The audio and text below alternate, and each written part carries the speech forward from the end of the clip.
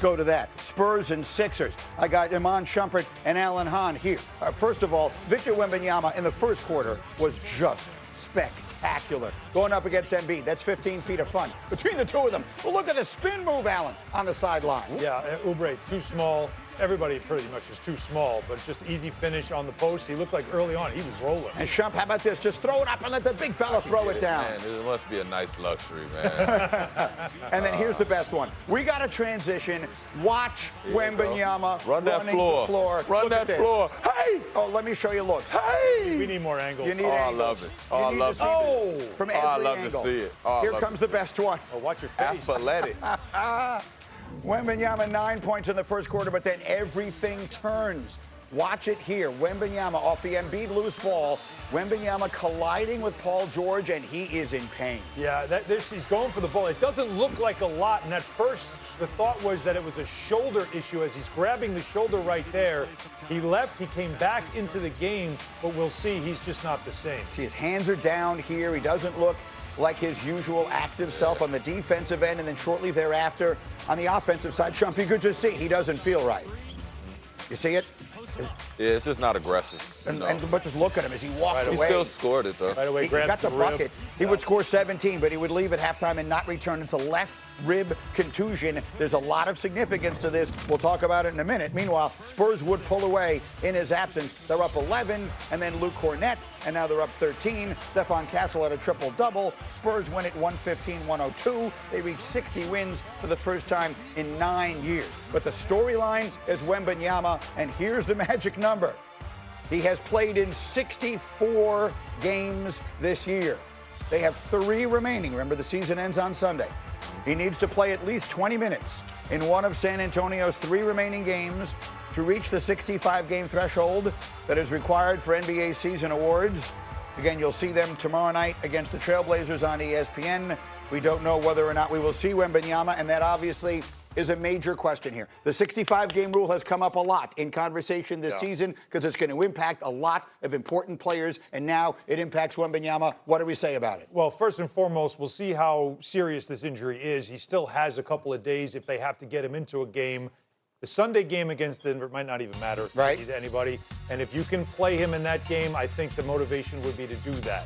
But in the end, as we've talked about this a lot this season, you've got Luka, you've got Anthony Edwards, Cade Cunningham. These are all players that should be all NBA players, some of them in the MVP conversation that won't be because of this rule. But I was once a voter when I was a beat writer, and I feel like you still have to give the voter a discretion of whether or not a guy is close enough. We made this rule not because you want to punish somebody because of injury. We made this rule because you had to make sure players were playing enough games. And that was a problem. So I still say leave it up to discretion of the voter, but rules are rules. Shump, that's the question. There are going to be people who are going to say that the rule is making some of these postseason awards look ridiculous. If you don't have Cade Cunningham and you don't have Luka and you don't have Wembanyama and any of these teams, they need to get rid of the rule. What do you say? Hey, man, pick a side. Either get rid of the rule or don't get rid of the rule. I'll tell you one thing about rules. My father gave me rules in the house, so I couldn't live there. I know how to follow rules. They told me when I started playing basketball, if you take more than 2 steps, that's a travel. That's a rule. I don't like it. Sometimes I needed 3 or 4 steps. Couldn't do it. Yeah. So what I see is the NBA, if you're going to crack down. But if you're going to scrap it, scrap it. Either way, you can't have players thinking about that because then everything's going to become an argument. See, I was totally in favor of the 65-game rule because of all the reasons we talked about ad nauseum here. The tanking. You want the players to stop, the tanking, the load management, all of that sort of thing. But the bottom line of it is there also is going to be something pretty ridiculous if we look at the All-NBA teams at the end of the season. And what feels like half of the obvious best players in the NBA aren't on it. But one of your best abilities is your availability, right? Yeah. And your durability as well. And so give credit to those who will be on the All-NBA teams that you might say, well, they didn't have a better season than this player or that player, but you know what they did? They played in more games. They got to the threshold. You've got some guys that are in the 70-plus games. That should count for something in the NBA that you are available to your team. That's actually an interesting point there. The availability is part of the greatness. Without a doubt, it's one of those things that if I was one of those guys this whole summer that yeah, I wasn't one of the top guys, but I worked my ass off, and I made sure that I went to every weightlifting session, and I did all my training stuff, and I was able to play 70 games, and I do get that honor. It's like, this is what it's about, having that discipline and being able to do that. Sometimes it's going to take a little bit of luck at the same time because it's an NBA season. But, hey, when you come out at the end, you got to say, hey, man, I did the rule We right. shouldn't change a rule because of an outlier season. Let's not get crazy about it. The reason why they made this rule was to make sure players played a certain threshold. This was not an issue until this year when it just so happened you've had a couple of injuries impact some players. Yeah, really important injuries. The main guys. And for Wemby, they were controlling him all season anyway. Right? So this was 65 wasn't a given for him. And he still could get it, though. I think he's going to make sure. You think he'll get out and play one of these games? Without a doubt. From all the interviews that he's done, I totally. With its second national championship in program history, the first the legendary Steve Fisher Michigan Man team in 1989. Wolverines snap a streak of 4 straight losses in national championship games that was tied for the longest such streak of all time. And again, my Uncle Seth is up with us early this morning along with Sean Farnham. So, Seth, how did they do it? This is a team that 2 years ago was 8-24, and last night they were cutting down the ultimate Nets. How did this happen?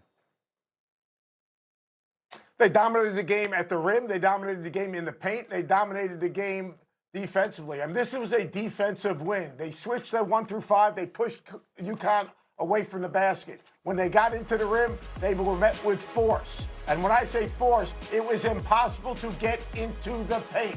The size, the length, the athleticism, the physicality of this Michigan defense was just absolutely devastating. Your ability to defend the paint and defend the three is so important, and it's exactly what they did. And then offensively, they got the shot from who they wanted, from when they wanted. It wasn't pretty, but the physicality, athleticism, and length dominated this basketball game. Farnham, how'd they get it done? Well, I mean, I agree with Coach. I think, but they kept true to who their identity was. They didn't panic when those shots weren't going down, in particular in the first half. You look at this Michigan team over the course of this NCAA tournament, they were averaging about 60 points per game from the paint and the free throw line. They got 61 points yesterday. That's 88% of their points came from those two areas on the floor. And then you had guys like Trey McKinney step up off the bench. And what a job he did contributing with 9 points, 8 rebounds. He got a couple of huge rebounds, and of course that dagger three.